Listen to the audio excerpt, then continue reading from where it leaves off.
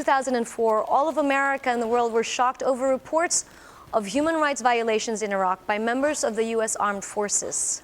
This scandal thrust into the spotlight the Filipino-American military officer who led the investigation team and rendered a report that was thorough and exposed the whole truth despite the risk to his career and family. Major General Antonio Taguba, a two-star general and the second highest-ranking Filipino-American in the U.S. Armed Forces.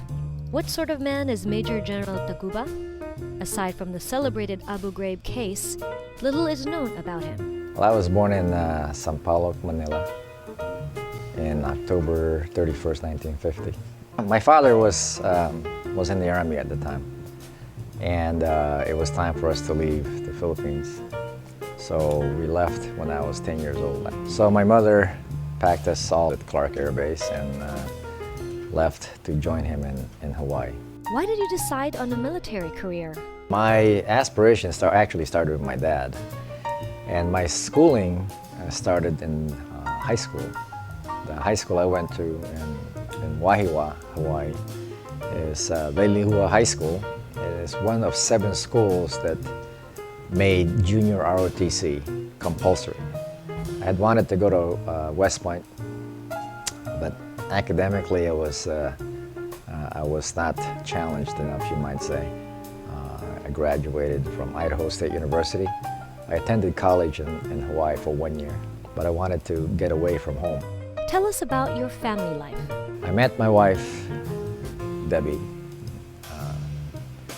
Debbie Ann Steinbrook was her name, on a blind date in Hawaii. So I met Debbie in Hawaii. Subsequently, she joined me in Germany. I was stationed in Mainz, Germany.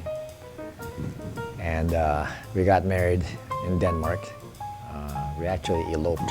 Commissioned as a second lieutenant, Tony Taguba quickly rose up the ranks to captain 5 years later. Made captain in 1977, 5 years later. How was it like being a Filipino-American in the U.S. Army? Well, I was at Fort Knox for my initial training as a lieutenant. The majority of my classmates were graduates of West Point, predominantly white. I hardly socialized with them because I was not invited to be within their circle. They were the elite, you might say. I'm an ROTC product from a small, obscure school in Idaho. When I became a major, there are 3 things that I had to do. This is the Army requirement. 1, I must succeed in what they call the Command and Staff College. I did that twice too. First I did the Fort Leavenworth, which was called the Army Command and General Staff College, work by correspondence. That took me 2 years to complete. I was always studying 6 days a week. I reserved Saturday as family day for my family. I had a daughter who was 5 at the time and a son who was 2 at the time. Then I made full colonel after battalion command, and I was accelerated because I was advanced ahead of my peers at that time. Were there any other Filipino generals in the U.S. Army at the time? That I knew of was this guy, this officer, this outstanding citizen that I confided in sometime. His name is Edward Soriano, who retired as a lieutenant general. Great achievement. The first Filipino-American that achieved that rank as a 3-star, for that matter. Did anyone tell you you could be general? He did. He called me one day, I recall, and he said, "Hey, so what do you think you want to do?" And I said, well, and I was a colonel already. I was finishing up my tour as a commander of the largest mechanized brigade in the entire United States Army at the time. We call ourselves the Warhorse Brigade, the 2nd Brigade, 4th Infantry Division. This is at Fort Hood, Texas. I had more tanks, around 201 tanks, and more Bradleys, 88 Bradleys in that brigade, of about 4,500 troops than any other third world nation could ever have under me. But when I was told that I was selected as a serving brigade commander, which was unheard of at the time, you had to finish your command before you get selected. As a serving brigade commander, selected to brigadier, you might say, I didn't know how to take that. My parents were there with me at the time. I was doing my change of command, and I told them, and of course they're very elated, very happy. My dad being a retired sergeant that he was, and so I took that as not just as another step. It was a monumental step. And then you got your second star. When I was selected for my second star, my boss, who was a 3-star general at the time, was selected for his 4th star. And there was nobody else that had been announced to replace him or selected to replace him.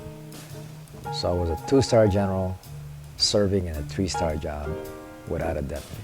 During the Second Iraq War, he was Deputy Commanding General for Support, Army Central Command and Combined Land Forces Component Command, headquartered in Kuwait. Then, the Abu Ghraib scandal exploded, and his life changed. The most difficult part is the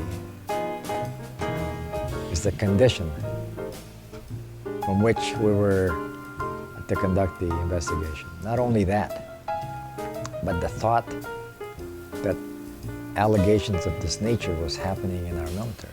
What was it like testifying before the U.S. Congress? A losing proposition. And it will not, whatever I had to say was not going to be well received by anyone for that matter.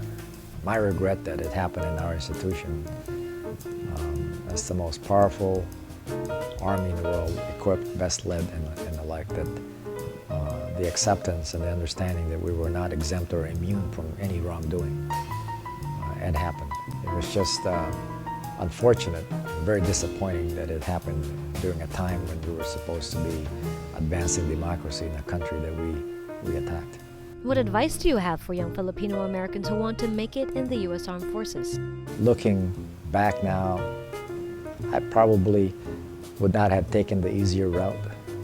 I'd probably take the same thing, because I wanted to prove to myself that I can be anybody or anything that I want to be. You just have to work at it, you know. And if I can get it this far, I don't think anyone would discount themselves or would limit themselves from not being where they want to be.